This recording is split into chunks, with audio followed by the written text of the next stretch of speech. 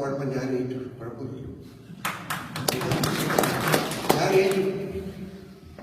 എന്നോട് പലരും ചോദിച്ചു ഈ SDP മാറ്റി നിർത്തി അവരെന്നെ മാറ്റി നിർത്തിയില്ല, ഞാനെന്തിനാ മാറ്റുന്നത്? അവർക്കൊരു ബുദ്ധിമുട്ടും ഉണ്ടായില്ലല്ലോ. ഈ രാജ്യത്തുള്ള മുഴുവൻ രാഷ്ട്രീയക്കാരും കൂടി എന്നെ വകവരുത്താൻ വേണ്ടി ഇറങ്ങിയപ്പോൾ ഞാനൊരു തെറ്റും ചെയ്തിട്ടല്ലോ.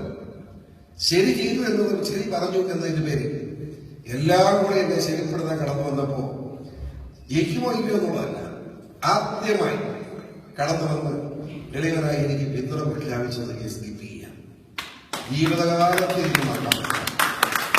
ഞാൻ ജീവിച്ചിരിക്കുന്നിടത്തോളം കാലം ഈ സംഘടനയോട് എനിക്ക് നന്ദിയുണ്ടാവും. ഞാൻ എന്റെ മകനോട് പറഞ്ഞിട്ടുണ്ട്, കാരണം അപ്പം മാത്രം നന്ദി കാണിച്ചു പോലെ എന്റെ പരമ്പരകളും നിങ്ങളോട് നന്ദി കാണിക്കൊണ്ടിരിക്കുന്നത്. അത് ഞാൻ പറയും, ഇനിയും പറഞ്ഞുകൊണ്ടേ. പലർക്കും വിഷമം തോന്നും, വിഷമം കൂടിക്കൊണ്ടേ എനിക്കൊരു കുഴപ്പമില്ല. ഇതായിരുന്നു ഉത്തരവാദിത്തം എന്ന് പറയാനായി ഞാൻ മറ്റു വിശദാംശങ്ങളൊന്നും കിടക്കുന്നില്ല.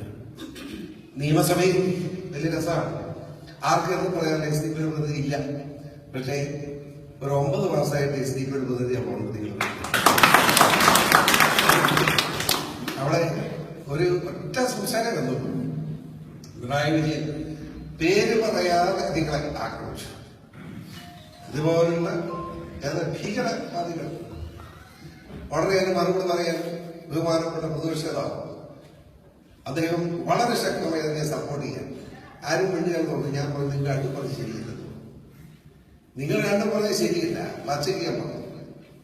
കാരണം എനിക്ക് ചിരി എന്താണെന്ന് വെച്ചാൽ പണ്ട് കാലത്ത് ഇതൊക്കെ പറഞ്ഞാൽ ആരെങ്കിലും മിണ്ടാതെ പോകുമെങ്കിൽ നിയമസഭയ്ക്കകത്ത് ഞാൻ സ്നേഹിക്കുന്ന ഈ സംഘടനയെ പറ്റി ആരും മോശം പറഞ്ഞാലും തിരുത്താനുള്ള ഉത്തരവാദിത്വം എനിക്കുണ്ട്. അത് തിരുത്തിയിരിക്കും. അവര് പറയുന്നത് ഞാൻ പലപ്പോഴും പറഞ്ഞു, ഇനി വീണ്ടും പറയാൻ ആഗ്രഹിക്കുന്നു. പറയാം, ഏതോ ഒരു അധ്യാപകൻ കൈവെട്ടിയെന്നവർക്ക് പറയപ്പെടുന്നത് എന്ന് പറഞ്ഞു. പറയപ്പെടുന്ന കൈവെട്ടി വിട്ടതാ. ഞാൻ അതിനെപ്പറ്റി അഭിപ്രായം കണക്കിച്ച് പറയുന്നില്ല. എനിക്കറിയാമല്ലോ, ഞാൻ പറഞ്ഞിട്ടുണ്ട്. എനിക്കറിയാവുന്ന അധ്യാപകനാണ് സ്വഭാവം. എനിക്കറിയാവുന്ന നിങ്ങൾക്ക് അറിയത്തില്ലല്ലോ. എന്ന നാട്ടുകാരൻ ചമ്മലവട്ടക്കാരനാണ് എന്ന് വേണം.